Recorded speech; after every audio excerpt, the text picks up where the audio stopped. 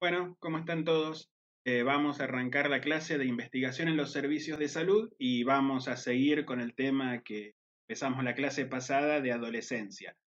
La clase pasada vimos un poco la definición de grupos vulnerables y después nos metimos a hablar con el tema de adolescencia, entonces dimos definiciones y empezamos a hablar un poco de pubertad y de los cambios físicos, ¿sí?, que atravesaban los adolescentes. Bueno, hoy nos vamos a meter un poco con lo que son los cambios psicológicos y sociales con los cuales atraviesa el adolescente y vamos a hacer un poquito el análisis de esta visión que tiene la sociedad acerca de los adolescentes, ¿sí? Así que bueno, vamos a arrancar. Bueno, acá un poco estos cambios son significativos, ¿sí? Eh, los cambios psicológicos en los adolescentes, ¿sí?, están relacionados también con los cambios puberales, o sea, recuerden que los cambios con los cuales atraviesa el adolescente son tanto biológicos como psicológicos y sociales y cada uno de los tres niveles se influyen entre sí, ¿se entiende? Entonces, básicamente los cambios psicológicos, una de las características que suelen aparecer en los adolescentes es esta irrupción de los impulsos.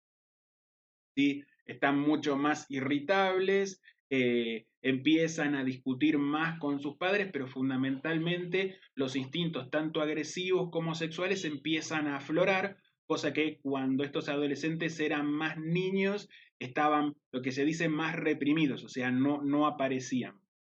Eh, y también aparecen sentimientos que, digamos, que son como muy intensos y confusos, que muchas veces confunden al adulto, más allá de que el confundido es el adolescente, y que los padres o muchas veces los adultos no saben cómo responder a esas reacciones que tienen los adolescentes. Acompañado de esto, también se produce un cambio en las imágenes de los padres, ¿sí?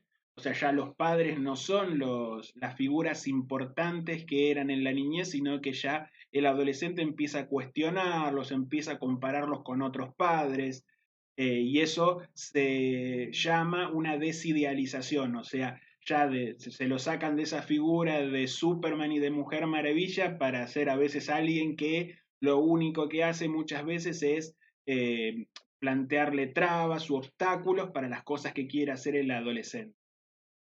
También se producen cambios de valores, empiezan a aparecer incluso algunos valores, algunos ideales, algunas metas que el adolescente quiere llegar a concretar.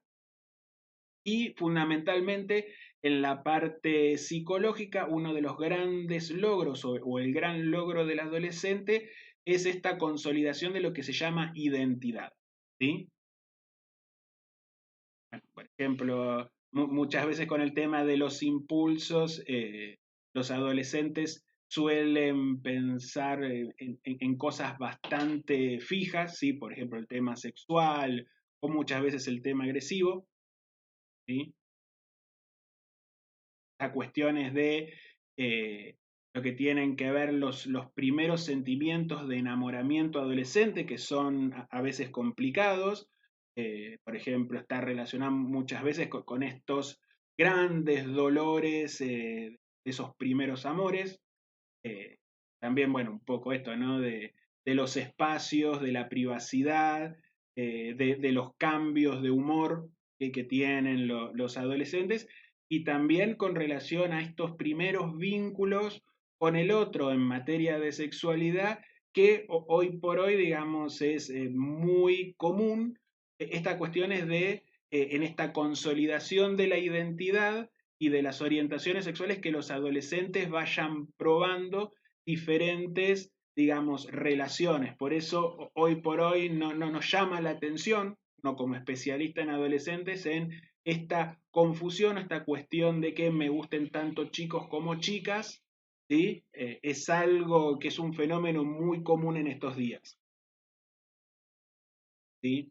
Acá tenemos un poco también los niños que no escuchan a sus padres, pues los chicos empiezan a hacer cosas diferentes a las esperadas por sus padres, ya no es el niño obediente, ¿sí? Que decía todo que sí o que era, digamos, muy compañero de los padres, ahora que no aceptan muchas veces los abrazos de los padres o que los acompañan a determinados lugares porque empiezan a ganar más esta autonomía.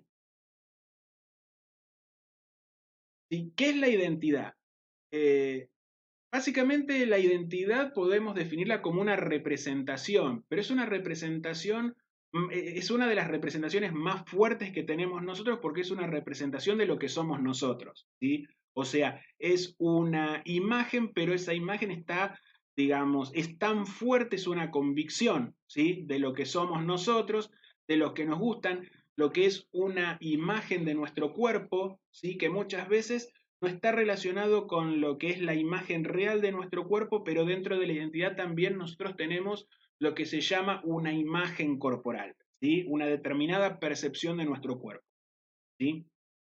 También en esta identidad se incluye lo que es la identidad de género, sí que el tema de género lo vamos a ver bien cuando veamos salud sexual, pero básicamente el género son todas esas prácticas que una persona asume en función a la identificación con determinado género que está construido socialmente. Eso va a haber todo un debate cuando veamos salud sexual, ¿sí?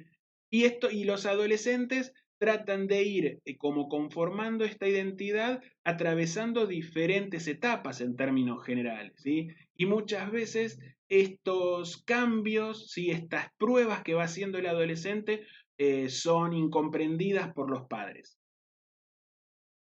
¿sí? Por ejemplo, eh, los adolescentes, los púberes, los preadolescentes empiezan a probar estos diferentes tipos de identidades, muchas veces con la forma de vestirse, muchas veces con la música que escuchan, y muchas veces con los grupos de compañeros, ¿sí? Con relación a los cambios sociales, lo cierto es que los adolescentes empiezan a ganar mayor independencia, o sea, ya no quieren que se los acompañe a la escuela, como recién decíamos, empiezan a abrirse nuevos espacios, ya no es solo la familia en donde se mueve el chico, sino que empiezan a ir a clubes, empiezan a ir a las casas de los amigos, empiezan los primeros bailes, digamos, en donde quieren ir, las primeras fiestas, y esto, ¿sí? Empieza a, digamos, a engrandecer o a aumentar lo que son los vínculos sociales, o sea, ese ámbito de lo social se le empieza a abrir mucho más a un adolescente que obviamente a un niño. Y a partir de ahí empiezan a tener nuevos amigos, a frecuentar nuevos lugares, a hacer nuevas cosas, ¿sí? Nuevas formas de vincularse, no solo físicamente, ¿sí? Ya aparecen las parejas, los novios, algo así, ¿sí? Y también aparecen estas cuestiones de las redes sociales, que eso también es un tema de mucho análisis, no nos vamos a meter mucho acá, pero sí las redes sociales hoy por hoy con los adolescentes es una forma de vínculo social. Y aunque muchos adultos estén en desacuerdo, lo cierto es que en la virtualidad los chicos encuentran mucho más vínculos. Obviamente que estas formas, ¿sí? Estos nuevos espacios en donde el adolescente ya muchas veces está lejos de la mirada de los padres, no solo son cuestiones en donde los chicos pueden experimentar cosas nuevas, sino que también en esas cosas nuevas pueden traer ciertos riesgos, ¿sí? O sea, sobre todo no solo por lo que pueden hacer los adolescentes, sino también porque en esos ámbitos sociales muchas veces aparecen figuras de adultos, ¿sí? Tratando de contactarse con niños. Por ejemplo, en las redes sociales es lo que se llama el grooming, ¿sí? Es una forma de acoso a través de Internet que generalmente es hecha por personas adultas hacia menores de edad. Entonces, todos estos cambios que muchas veces, o que siempre en realidad alteran al adolescente y que muchas veces alteran a los padres o llevan a preocuparse, los especialistas los han denominado el síndrome de la adolescencia normal. ¿Por qué? Porque hay ciertos comportamientos que para el adulto pueden ser raros, pero que son parte del proceso de una adolescencia normal. Así que bueno, esto también un poco para los padres de adolescentes o para los que se acuerdan de su adolescencia, ¿sí? Como muchas veces las sensaciones, los pensamientos, los sentimientos que uno tenía cuando era adolescente, desde la euforia hasta la depresión, desde la necesidad de nuestros padres hasta no quererlos ver, son todas cuestiones que se dan en esta etapa de la adolescencia.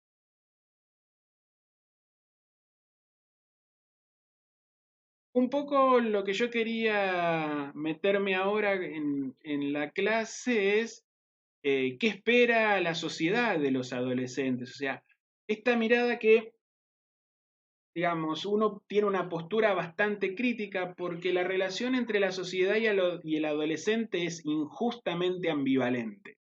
Y más allá de que lo ambivalente, digamos, puede tener diferentes connotaciones, lo que se agrega acá es que es injusto. ¿Sí?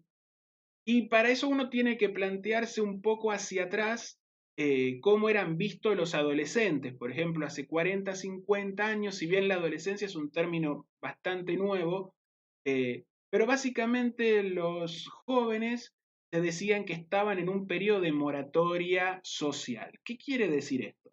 Que de alguna forma la sociedad bancaba a los adolescentes mientras que se iban formando y estudiando, y una vez que llegaban a la madurez, esto se suponía en la mayoría de edad legal, la sociedad los incorporaba a su estructura social, ¿sí? Por eso la moratoria social es como que la sociedad esperaba al adolescente para que haga todos estos cambios y después esos adolescentes formaban parte como personas adultas de la sociedad.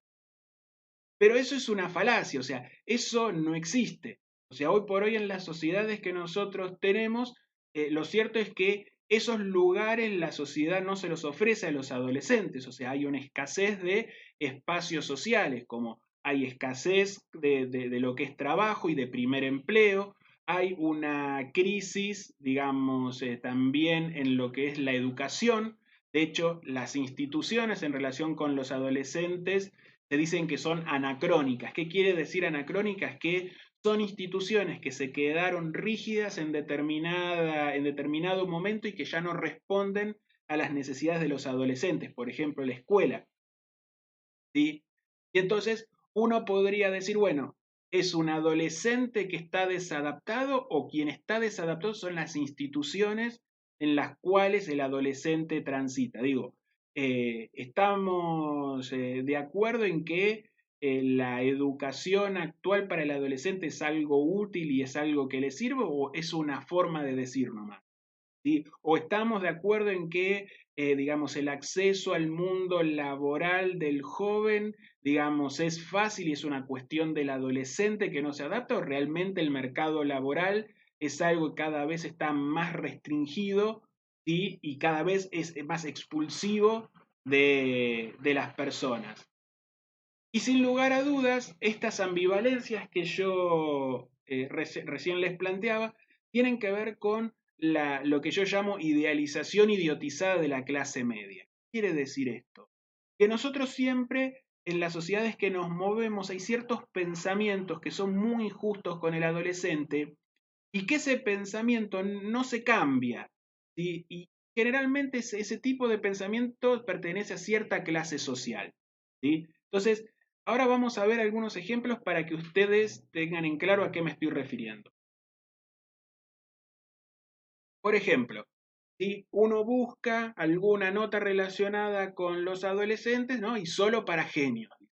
Los 15 jóvenes argentinos que brillaron en un campamento intelectual. Fíjense que cuando la sociedad ve a chicos que tienen talentos intelectuales, ¿sí? La sociedad los ve como que son re buenos y que son un ejemplo, etcétera, etcétera, etcétera, ¿no? Qué bueno que te dediques a lo que es el desarrollo intelectual y a la investigación, ¿sí?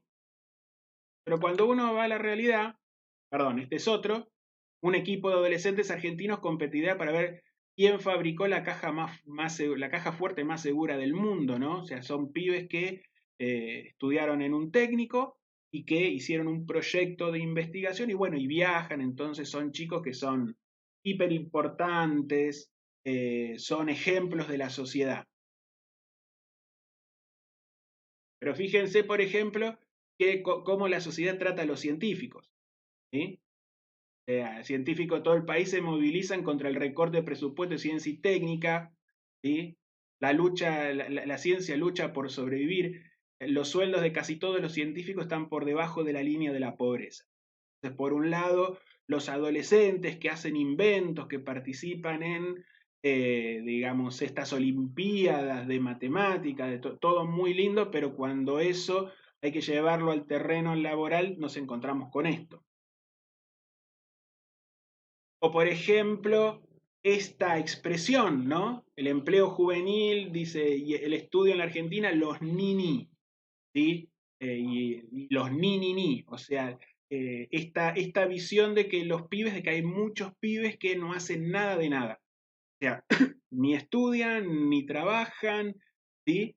Y lo cierto es que esto, fíjense, bueno, es un medio de comunicación que suele tener estas expresiones, pero es parte de la expresión de cierta clase social. O sea, los adolescentes en realidad se rascan, son vagos, no hacen nada, ¿sí? No les gusta nada.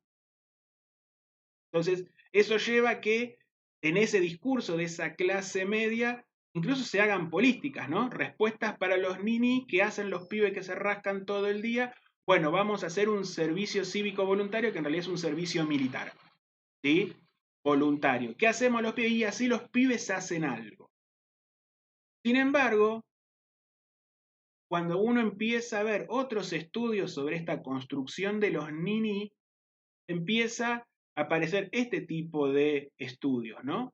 O sea, un estudio sobre millennials derrumba el mito de los nini. Porque lo cierto es que ni son esa cantidad, ni realmente existen estos adolescentes que ni estadísticamente, o sea, a ver, de significancia estadística, puede haber alguien que no haga nada. ¿Sí? Pero lo cierto es que los chicos siempre se ocupan, y ahora vamos a ver otros, ¿no? La visión mitológica, ¿sí? O sea, un mito de los jóvenes latinoamericanos, los nini. Y lo cierto es que, digamos, eso, digamos, tiene que ver no tanto con un problema que tienen los adolescentes, sino con un problema de lo que son las instituciones educativas y de empleo. ¿Sí? No es que el pibe no quiere hacer nada porque no quiere hacer nada. Lo cierto es que las instituciones no le ofrecen, ¿sí?, lo que necesitan. Fíjense, estudiar, la escuela, esa máquina anticuada. Nota de la Nación, no, digamos que también es un medio, digamos, hegemónico. O sea, la escuela no sirve, la escuela es esa máquina anticuada. ¿Para qué un pibe va a ir a la escuela? ¿Sí? ¿Por qué la escuela tradicional es un fracaso en todo el mundo? Fíjense en los estudios qué es lo que buscan los chicos en una escuela. Se hizo una interesante investigación que evalúa cuáles son los intereses que los estudiantes tienen o que les gustaría que la escuela enseñe a aborde. El 83% planteó educación sexual, ¿sí? El 77% violencia de género, el 72% usos de nuevas tecnologías, el 65% elaboración de proyectos, el 61% trabajo con comunidad, talleres de cocinas, manualidades, otros. Pero fíjense, ¿no? Educación sexual y violencia como dos ejes que son problemas que aquejan a muchos adolescentes y que también le gustaría encontrar soluciones. Entonces ahora vamos a la realidad, ¿sí? La educación sexual integral no se está respetando en las escuelas, o sea, hay incluso provincias enteras que no están implementando ningún tipo de, por ejemplo, educación sexual. Entonces, por un lado decimos a los pibes que, digamos, no les gusta estudiar, no, pero la pregunta es, ¿cuál es el rol de la escuela hoy en día? O sea, ¿qué se les enseña a los pibes en la escuela para que después puedan desenvolverse en el futuro? ¿O va a ser solo un papelito? ¿Sí? Más de la mitad de los adolescentes no termina el secundario en la Argentina, y culpa de los adolescentes. 3 de cada 10 adolescentes pobres de todo el mundo no ha ido nunca a clase. O sea, esto también marca lo que son las desigualdades a nivel mundial. O sea, no estudian. ¿Y por qué no estudian? No, porque no quieren, porque son vagos. Bueno, vamos a ver que, digamos, eso es una falacia. Ya lo vimos. ¿Eh? Por ejemplo, uno podría hacer el secundario para ya realmente meterse en una universidad, ¿sí? Y poder estudiar algo que le guste. Sin embargo, tuvimos políticos que decían que, y sobre todo los chicos pobres, en la Argentina, más del 50% de los adolescentes sí pertenecen a la clase más baja. Pero, por ejemplo, escuchar que una política plantee que nadie que nace en la pobreza llega a la universidad, cosa que es un mito. ¿Sí? De hecho, ahí dice la falsa afirmación, eso no es real. ¿Sí? Es una de las formas que se le ofrecen a los adolescentes para seguir construyendo su futuro, que antes eso no lo tenían. Para otros un poco más radicales, los adolescentes son, como dice Feynman, y esto es cierto. O sea, es una expresión que este periodista le dijo a uno de los chicos del centro de estudiantes del Colegio Nacional Buenos Aires. ¿Sí?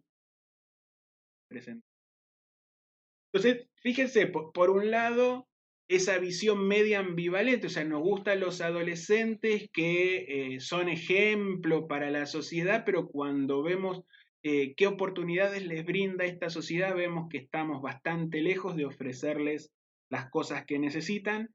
Y por el otro lado, sí, los adultos no solo tienen cierto desdén, por lo menos cierto pensamiento de clase, ¿no? Cierto desdén por los adolescentes y por el otro lado hay también una idealización de la juventud. Entonces, a nosotros nos pasa el tiempo, somos cada vez más grandes, pero nos queremos sentir jóvenes porque el ser joven es un valor. ¿Sí? Entonces ahí también hay otra contradicción, como la juventud es un valor, yo quiero sentirme que no me pasa el tiempo, entonces me tiño, me visto como más joven, ¿sí? Entonces por un lado tengo cierta visión despectiva de los adolescentes, pero de la juventud, bueno, está pasando acá, ¿sí? Cuando tienes más de 30 años y te sientes pendejo, ¿no? Cosa de que cambiamos de look y tenemos conductas bien de adolescente. Entonces, para ir finalizando, uno de los grandes problemas que tenemos con relación a las adolescentes es estas cuestiones de cuál es la imagen que tenemos, porque primero, los adolescentes no son todos así y de hecho si se comportan así es porque la sociedad no les está brindando espacios de expresión y de participación. Entonces, es necesario un cambio de paradigma. O sea, los jóvenes pueden ser reconocidos como esenciales en la sociedad. Y esto, si ustedes ven los videos de Clicksper cuando habla de jóvenes, lo cierto es que los jóvenes no son, digamos, un residuo de la sociedad o algo que no tiene valor o algo que no tiene interés o no debería serlo. ¿Sí? Y recién cuando son productivos sí son valorados. En realidad, los jóvenes tienen un montón de potencial para desarrollar, siempre y cuando también el mundo adulto le facilite o les brinde las herramientas apropiadas para su desarrollo. Eh, los capitales, hablando un poco de campo de la salud, o de los capitales sociales y culturales en estas poblaciones son centrales. O sea, lo que vemos muchas veces es que lo que aprenden, o sea, el capital cultural que tienen estos adolescentes no son los adecuados, o sea, no son las herramientas que le permite jugar en este juego social. O sea, ni en cuanto a su cuidado de la salud, ni en cuanto a sus herramientas para el ejercicio laboral. ¿Sí? Eh, por ello, también lo fundamental son políticas centradas, ¿sí? En estos jóvenes, que eso ahora lo vamos a ver las próximas clases cuando empezamos a hablar las estrategias de la Organización Mundial de la Salud. Eh, ¿Sí? Y esta cuestión de la revalorización del adolescente, o sea, si yo simbólicamente pienso que el adolescente es un vago que no le importa nada, eso es una carga simbólica, negativa. ¿Sí? Si yo empiezo a cambiar esa visión, pero aparte le ofrezco herramientas al adolescente, vamos a tener, digamos, una juventud o las nuevas generaciones con mucha mejor capacidad de desenvolverse y de desarrollarse y de tener, digamos, mayor conciencia, conciencia de cuidado, por ejemplo. Entonces, refiriéndonos puntualmente a los sistemas de salud, ¿sí? Deben ver al adolescente como un emergente complejo de las sociedades en que vivimos. O sea, el adolescente es producto de esta sociedad. ¿sí? También están expuestos a esta sociedad. O sea, cuando los chicos compran, cuando los chicos consumen, no es un adolescente que le está ofreciendo a otro, es un adulto que está, digamos, que ve en la población adolescente una población de consumo, ¿sí? De cualquier cosa, o sea, desde medios audiovisuales hasta alcohol, hasta drogas, hasta ropa, ¿sí? Y lo cierto es que, digamos, estos riesgos que tiene el adolescente, también los sistemas de salud primero tienen que ver esto, que no es una culpa del adolescente, sino que son factores emergentes de la sociedad y también que los adolescentes son sujetos de derechos, o sea, son cualquier cosa, no son pibes que no entienden nada. Sí, son sujetos que tienen los mismos derechos que, por ejemplo, el profesional de la salud, ¿sí? Entonces, un poco la idea esta que por ahí necesite más tiempo explicar de lo que es la ruptura del paradigma tutelar, y para ver al adolescente como un sujeto de derechos quiere decir esto, o sea, el paradigma tutelar quiere decir que el adolescente no piensa, no siente, no decide, sino que siempre tiene que haber un adulto decidiendo por él. Eso es un paradigma que es antiguo y no existe más. Hoy por hoy los adolescentes son sujetos de derecho y de decisión, incluso sobre las mismas prácticas en salud. Esto si un profesional de la salud no lo sabe, ¿sí? Digamos, eso va a afectar la eficacia, la eficiencia y la equidad de los servicios destinados a los adolescentes, los servicios de salud. Por eso desde el 2005, ¿sí? Existe, ¿no? La Ley de Protección Integral de Niñas, Niños y Adolescentes, que es un poco el marco regulatorio de los derechos que le asisten a niños, niñas y adolescentes. Y dentro de ese marco legal que regula, o sea, los niños, niñas y adolescentes son sujetos de derechos y sobre todo los adolescentes tienen esa capacidad de decidir y de, por ejemplo, demandar ciertas prestaciones a los sistemas de salud sin que medie ningún adulto. O sea, pueden ir a partir de los 14 años, por ejemplo, a solicitar cualquier tipo de prestación a los servicios de salud y el médico o el profesional de la salud tiene que atenderlos, ¿sí? Porque hay que atender a la demanda de un adolescente que tiene la misma necesidad que cualquier persona adulta, ¿sí? A un poco lo que yo siempre digo, ¿no? Klicksberg resaltando eso, ¿no? Sobre todo la importancia en esta sociedad de los movimientos estudiantiles, eh, que básicamente visualizan un montón de problemáticas que solemos no tener en cuenta. Fíjense ahora lo que está pasando en Estados Unidos, ¿sí? Los movimientos en las calles no son solo tomados por negros. Fíjense qué edades tienen las personas que salen a la calle y qué es lo que están reclamando. Entonces, es fundamental darles un espacio a los jóvenes para poder desarrollarse. Bueno, no solo en los grandes campos de lo social, sino también en las próximas clases vamos a ver que los sistemas de salud deben adecuarse a las necesidades del adolescente. Así que bueno, me despido con una frase del Papa Francisco que, ¿sí? Esta cuestión de, bueno, o sea, es necesario, los jóvenes van a hacer un contrapunto a muchas cosas que los adultos solemos instituir como la verdad. Y lo cierto es que no existe la verdad, o sea, los adultos, estoy hablando en términos generales, digo, los adultos, digamos, sostienen muchas veces algo como que esto es así y sin embargo no es así y necesitamos también de los jóvenes que planteen, digamos, ese contrapunto, esa contracorriente. Así que les mando un saludo grande, espero que les haya servido esta charla un poco para comprender al adolescente, porque si no entendemos al adolescente, poco vamos a entender de las necesidades que tienen en referencia a lo que es su salud. Así que nos vemos las próximas ya metiéndonos al tema de los adolescentes y los servicios de salud. Les mando un saludo a todos.